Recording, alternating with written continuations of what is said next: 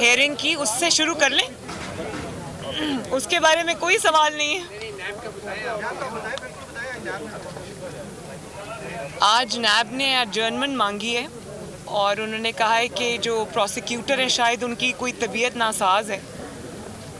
तो मुझे तो वो याद आ रहा है कि जब नैब एक वक्त था जब नैब ने उन्होंने सोचा कि जैसे हमेशा हमारी धौंस धांधली चल जाती है तो इस बार भी चल जाएगी, तो उन्होंने उस वक्त ये दरख्वास्त दी कि रोज़ हेयरिंग होनी चाहिए, 5 टाइम्स अ वीक होनी चाहिए।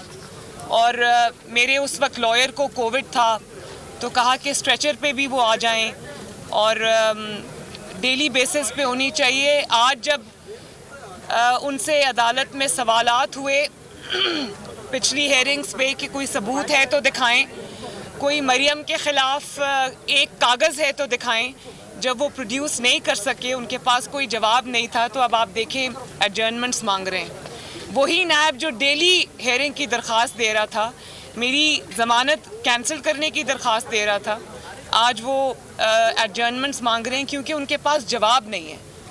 तो मैं ये आप सबको बताना चाहती हूँ कि अगर जवाब होता तो वो ये कहते कि ये है मरियम के ख़िलाफ़ सबूत, इसको ले लें और फ़ैसला दे दें। तो बात ये कि इनके पास वो झूठ था, झूठ की बुनियाद पे ये सब मुकदमात बने थे, आज उनका जवाब नहीं है तो एडजर्नमेंट्स मांग रहे हैं। जी मरियम, केपीके में जो लोकल बॉडी इलेक्शन हुए, आप समझती हैं कि एस्टैब्लिशमेंट ने या पेशावर के कोर कमांडर ने उसमें कोई मुदाखलत नहीं की? ये तो होना था। जब इतनी बुरी आपकी कारकर्दगी होगी, जब आपने नालायकी, नाअहली और बुरी परफॉर्मेंस के आपने अंबार लगाए होंगे, तारीख़ में रिकॉर्ड्स तोड़े होंगे, तो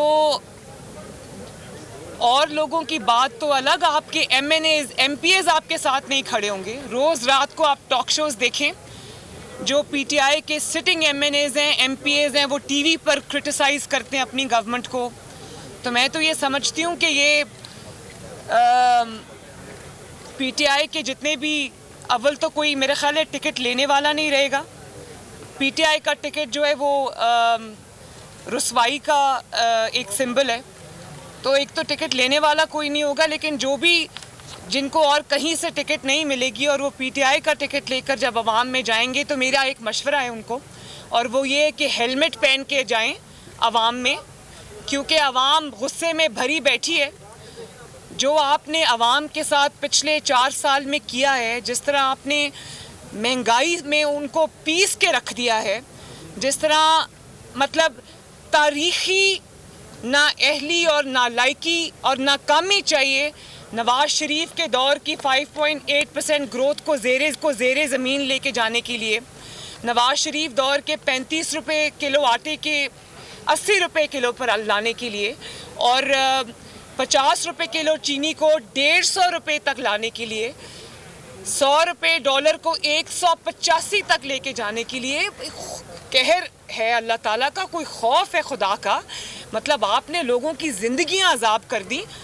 तो ये जो मुल्क भर से फ़ैसले आ रहे हैं, मेरा ख्याल है ये पहली गवर्नमेंट है, और मेरा ख्याल नहीं है, मुझे यकीन है कि ये एक सिटिंग पहली गवर्नमेंट है जो एक के बाद एक ज़िमनी इंतखाब हारी है।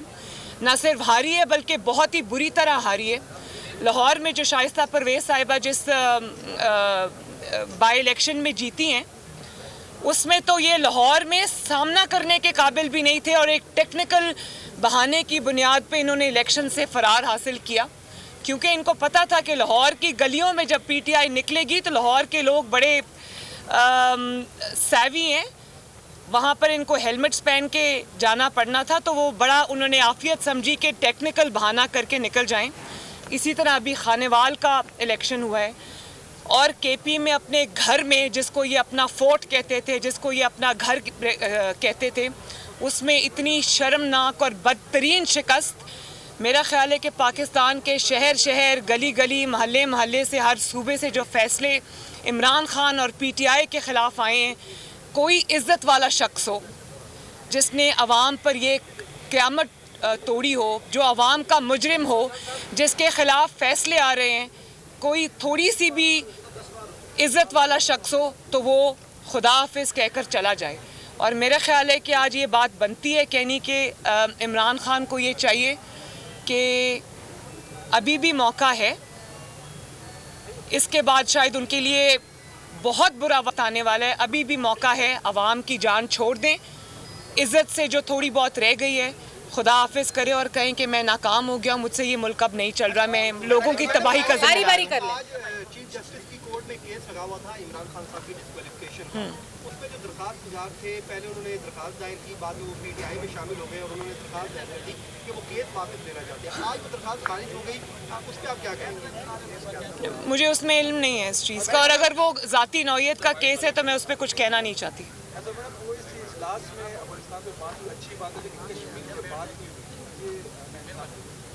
देखिए, ये अफ़गानिस्तान पे बुलाई गई थी कॉन्फ्रेंस, और मेरा ख्याल है कि बतौर पाकिस्तानी और एक जो अफ़गानिस्तान के नेबर्स के तौर पे मैं ये समझती हूँ कि अफ़गानिस्तान जो है वो उसकी जो रिहेबिलिटेशन है वो बहुत देर से वॉर रिडन है, वॉर प्लेग्ड है, तो वो पूरी दुनिया की ज़िम्मेदारी है, सिर्फ खित्ते की ज़िम्मेदारी नहीं है, पूरी दुनिया की ज़िम्मेदारी है। वहाँ के लोगों ने बहुत सफ़र किया है, तो उनको रिहेबिलिटेट करने के लिए, उनकी मदद करने के लिए पूरी दुनिया को साथ आना पड़ेगा।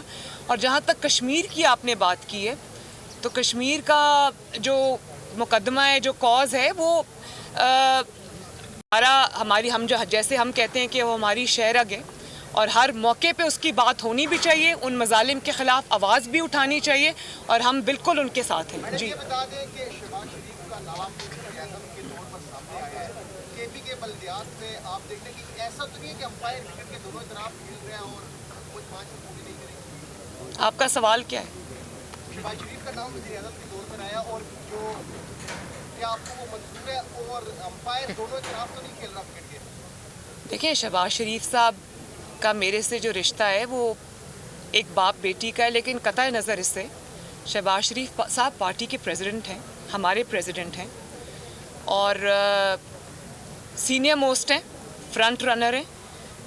लेकिन मैं ये समझती हूँ कि जो जमात है, जब वक्त आएगा तो जमात फ़ैसला करेगी, लेकिन जमात ने अपना फ़ैसला जो है, ये परवेज़ रशीद साहब खड़े हैं, मेरे साथ मरियम औरंगज़ेब साहिबा खड़ी हैं, और मेरे पार्टी के जितने भी लोग खड़े हैं, इन्होंने इख्तियार जो है वो नवाज़ शरीफ साहब को दिया हुआ है। मैंने भी इख्तियार नवाज़ शरीफ साहब को दिया है फ़ैसले का, और शहबाज शरीफ साहब ने भी जो इख्तियार है वो नवाज़ शरीफ साहब को दिया है फ़ैसले का। तो जब वक्त आएगा इंशाअल्लाह पार्टी की मशावरत के साथ नवाज़ शरीफ साहब फ़ैसला करेंगे, और मेरे लिए इससे खुशी की और क्या बात होगी कि शहबाज शरीफ साहब जो हैं वो हों, हम सब उनके पीछे खड़े होंगे, हम सब उनके साथ खड़े होंगे, हम उनकी सपोर्ट, उनका सहारा, उनका जो भी हमसे हो सका हम करेंगे। तो इससे ज़्यादा खुशी की और बात नहीं है, लेकिन वक्त आने पे फैसला इंशाअल्लाह ताला जमात करेगी मियाँ साहब की सरबराही में। जी, मैडम आपकी बात करें पंजाब की, पंजाब के अंदर इसके बाद आप कर लें, इसके बाद कर लें। जीत भी रहे हैं, लेकिन कल बल्दियात में केपी में मुस्लिम लीग नून की वो परफॉर्मेंस नहीं रही जो मौलाना ने दिखाई या दीगर जमातों ने, तो आप लोगों को नहीं लगता कि आपको केपी में काम करने की जरूरत? सबसे पहले तो मैं मौलाना साहब को, मौलाना फजल रहमान साहब को दिल की गहराइयों से KPK के इंतखाबात में इतनी शानदार परफॉर्मेंस पे मुबारकबाद देती हूँ, और मुझे बहुत खुशी हुई है कि उन्होंने बहुत ही अच्छा परफॉर्म किया है उनकी जमात ने KPK के इलेक्शंस में, और मुझे लगा कि ये हमारी फ़तह है। उनको देखा तो खुशी हुई। मेरी तरफ से JUIF को बहुत बहुत मुबारकबाद। जहाँ तक मुस्लिम लीग नून का ताल्लुक़ है, तो मुस्लिम लीग नून का हज़ारा में काफ़ी इन्फ्लुएंस है, और हज़ारा में एक उसमें अभी उसमें बहुत अच्छा रिज़ल्ट आया है। लेकिन मेरा ख्याल है कि हज़ारा में या KPK में मुस्लिम लीग नून का वोट बैंक मौजूद है, और बहुत बड़ी तादाद में मौजूद है। मेरी ये ज़ाती ख्वाहिश भी है, और ये मैं अपनी जमात में भी ये कहूँगी कि हमें KPK को पूरी तवज्जो देनी चाहिए। KPK जिस अजाब से गुज़रा है पिछले 11 साल में इमरान खान की नाअहली की वजह से, नालायकी की वजह से, तो जो तरक्की KPK का हक़ थी, जिसमें वो सड़कें, मोटरवेज़ और चीज़ें, जो तरक्की के जितने भी मंसूबे थे जो KPK में बनने चाहिए थे, वो शायद इस नालायकी और नाअहली की नज़र हो गए। वो एक BRT है जो जिसके बारे में मशहूर है कि चलती कम है जलती ज़्यादा है। तो मेरा ख्याल है कि मैं KPK के आवाम को भी ये रिक्वेस्ट करूँगी कि तरक्की आपका हक़ है, तरक्याती मंसूबे आपका हक़ हैं, आप किसी सूबे से कम नहीं हैं। तो मुस्लिम लीग नून को मौका दें, और मैं मुस्लिम लीग नून को भी ये कहूँगी कि पूरी तवज्जो अपनी KPK में रखें और वहाँ पर काम करें, वहाँ लोगों को रीच आउट करें और अपने वोट बैंक को ना सिर्फ ये कि एक्टिवेट करें बल्कि और ज़्यादा इन्हांस करें। तो KPK में मुस्लिम लीग नून का बहुत बड़ा पोटेंशियल है, सिर्फ उसको जो है वो उस पर तवज्जो देने की ज़रूरत है।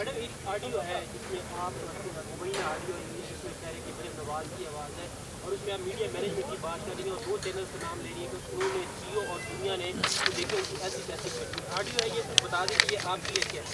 मैं इसका जवाब दे चुकी हूँ, मैं बिल्कुल इसका जवाब दे चुकी हूँ और क्लियरली दे चुकी हूँ। मैडम, KPK में जो इलेक्शन हुए हैं, आप समझती हैं कि एस्टैब्लिशमेंट उसमें न्यूट्रल रही है?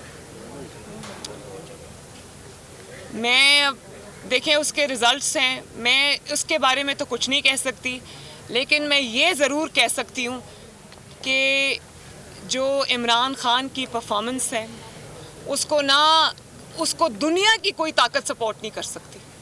इमरान खान की जो परफॉर्मेंस है वो उसके बोझ तले खुद दब गया है और मेरा नहीं ख्याल कि इसके बाद उनका कोई सर्वाइवल है। इंशाअल्लाह ताला बहुत जल्दी वापस आएंगे। मेरी तो ख्वाहिश है कि वो कल ही आ जाएं, लेकिन बहुत जल्दी वापस आएंगे। वो भी आने को बेचैन है, उनका मुल्क है, उनकी मिट्टी है और इंशाअल्लाह ताला बहुत जल्दी वापस आएंगे। कुछ खबरें ये हैं कि लाहौर में एक मुलाकात आप जेल में है, ऐसी कोई मुलाकात? आप एक बहुत वेग सी बात कर रहे हैं, लीडर की एस्टैब्लिशमेंट के लोगों से मुलाकात हुई? मुझे इसका कोई इल्म नहीं है जी। मुझे आप ये भी नहीं पता आप किस मुलाकात की तरफ इशारा कर रहे चलिए जी, हैं। मेरा बस जी, खत्म हो गया। ये आपकी नई आखिरी बस भाई आखिरी हो जी, गया ना, जवाब दे दिया। वाली और है, ये और है। फिर इकट्ठा सवाल कर लेना। मैंने तो आपको सुनाना चाह रहा ये और है। ले एक सेकंड। हाँ जी, एक सेकंड। नहीं नहीं, एक सेकंड, मैं इसका जवाब दे चुकी हूँ जी। आसिफ साहब, वो तकरीबन 4 दहाइयों से मैदान अमल में है, लेकिन आपकी जमात को जो पसीराई वोट को हो के नारे के बाद भी जो वर्कर आया, जो आपके फील्ड में आने के बाद आया, वो जब इस तरह की स्टेटमेंट्स आती हैं कि जो लोग इस नारे के साथ मजबूती के साथ खड़े रहे वो आइंदा की फ्यूचर लीडरशिप नहीं होंगे, तो क्या इस तरह की स्टेटमेंट आपके वर्कर के साथ ज्यादती नहीं है? किसने दी है ये स्टेटमेंट?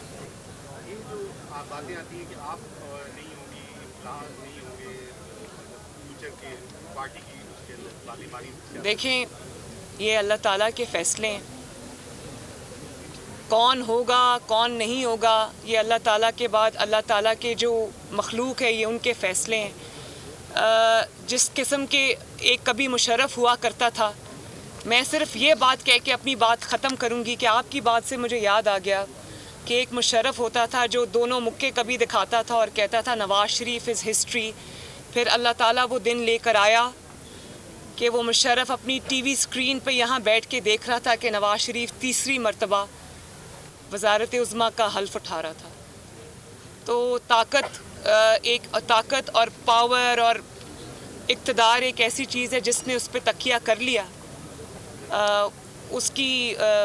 उसका फ्यूचर अच्छा नहीं है। तो ये तो अल्लाह ताला के फ़ैसले और अवाम के फ़ैसले हैं, ये कोई स्टेटमेंट नहीं है, ये किसी का और का फ़ैसला नहीं है। वो जो चाहेगा वही होता है।